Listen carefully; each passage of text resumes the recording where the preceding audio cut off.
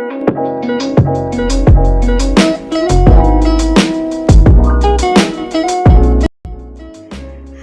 perkenalkan nama saya Desi Puspitasari. Kali ini saya akan membahas salah satu materi, yaitu materi tentang manajemen proses, di mana nanti saya akan membahas mulai dari konsep proses, status proses, pemberhentian proses, dan hal-hal lain yang berhubungan dengan manajemen proses. Langsung saja kita bahas yang pertama.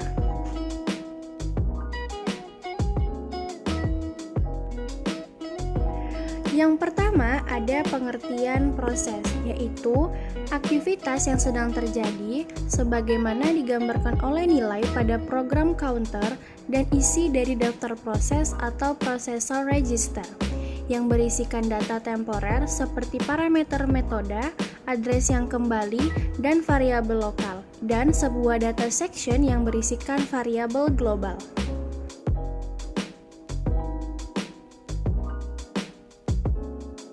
Selanjutnya ada status proses. Status dari sebuah proses didefinisikan dalam bagian oleh aktivitas yang ada dari proses tersebut. Tiap proses mungkin adalah satu dari keadaan berikut ini. Yang pertama ada new, yaitu proses sedang dikerjakan atau dibuat. Yang kedua ada running, yaitu instruksi sedang dikerjakan. Yang ketiga ada waiting, yaitu proses sedang menunggu sejumlah kejadian untuk terjadi seperti sebuah penyelesaian input atau output atau penerimaan sebuah tanda. Yang keempat ada ready, proses sedang menunggu untuk ditugaskan pada sebuah prosesor. Yang kelima ada terminate, yaitu proses telah selesai melaksanakan tugasnya atau mengeksekusi.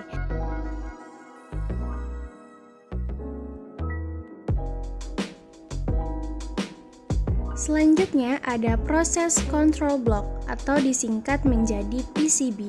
PCB ini berisikan banyak bagian dari informasi yang berhubungan dengan sebuah proses yang spesifik seperti yang pertama yaitu keadaan proses. Keadaannya bisa menjadi new, ready, running, waiting, halted, dan juga masih banyak lagi. Yang kedua ada program counter. Counter mengindikasikan address dari perintah selanjutnya untuk dijalankan untuk proses ini. Yang ketiga ada CPU register. Register ini bervariasi dalam jumlah dan jenis, tergantung pada rancangan komputer. Yang keempat ada informasi manajemen memori. Informasi ini dapat termasuk suatu informasi sebagian nilai dari dasar dan bahas register, table page atau halaman, atau tabel segmen tergantung pada sistem memori yang digunakan oleh sistem operasi tersebut. Yang kelima, ada informasi pencatatan. Informasi ini termasuk jumlah dari CPU dan waktu real yang digunakan, batas waktu, jumlah akun, jumlah job atau proses, dan masih banyak lagi. Yang keenam, informasi status input atau output. Informasi termasuk daftar dari perangkat.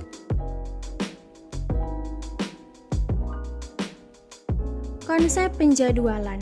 Ide utama sebuah penjadwalan term adalah kadangkala akan menguntungkan untuk memindahkan proses dari memori dan maka untuk mengurangi derajat dari multiprogramming.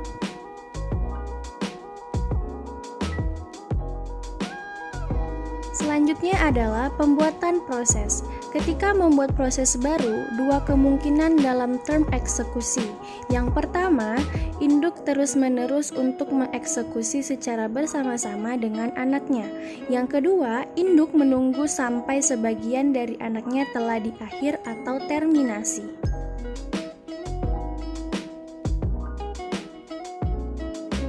Selain itu, juga ada dua kemungkinan dalam term dari address space pada proses baru. Yang pertama, anak proses adalah duplikat dari induk proses. Yang kedua, anak proses memiliki program yang terisikan di dalamnya.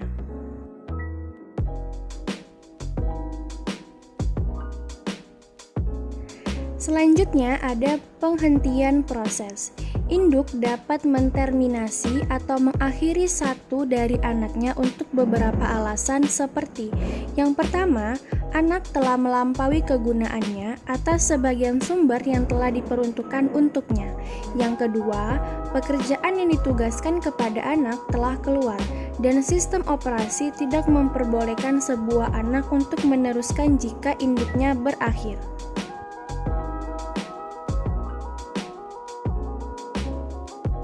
Selanjutnya, hubungan antar proses. Yang pertama, proses kooperatif adalah proses yang dapat dipengaruhi ataupun terpengaruh oleh proses lain yang sedang dijalankan dalam sistem. Dan kata lain, proses dikatakan kooperatif bila proses dapat membagi datanya dengan proses lain.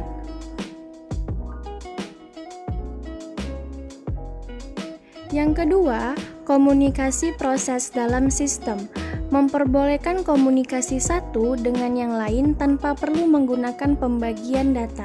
Komunikasinya pun terbagi menjadi dua, yaitu komunikasi secara langsung dan komunikasi secara tidak langsung.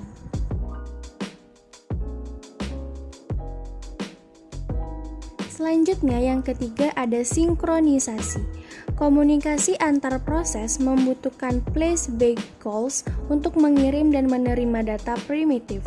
Terdapat rancangan yang berbeda-beda dalam implementasi setiap primitif. Pengiriman pesan mungkin dapat diblok atau disebut dengan sinkron atau asinkron.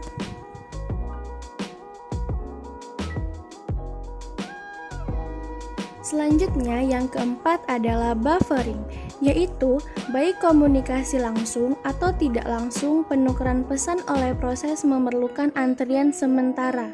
Pada dasarnya, terdapat 3 jalan di mana antrian tersebut diimplementasikan. Yang pertama ada kapasitas 0, yaitu antrian mempunyai panjang maksimum 0, maka link tidak dapat mempunyai penunggu pesan atau message waiting. Dalam kasus ini, pengirim harus memblok sampai penerima menerima pesan. Yang kedua, ada kapasitas terbatas. Maksudnya, antrian mempunyai panjang yang telah ditentukan. Paling banyak pesan dapat dimasukkan. Jika antrian tidak penuh ketika pesan dikirimkan, pesan yang baru akan menimpa dan pengirim dapat melanjutkan eksekusi tanpa menunggu. Link mempunyai kapasitas terbatas. Jika link penuh, pengirim harus memblok sampai terdapat ruang pada antrian. Yang ketiga, kapasitas tidak terbatas. Maksudnya, antrian mempunyai panjang yang tak terhingga, maka semua pesan dapat menunggu di sini. Pengirim tidak akan pernah diblok.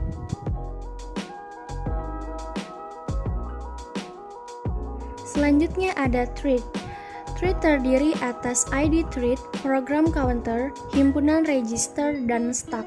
Dengan banyak control thread process melakukan lebih dari satu pekerjaan pada waktu yang sama.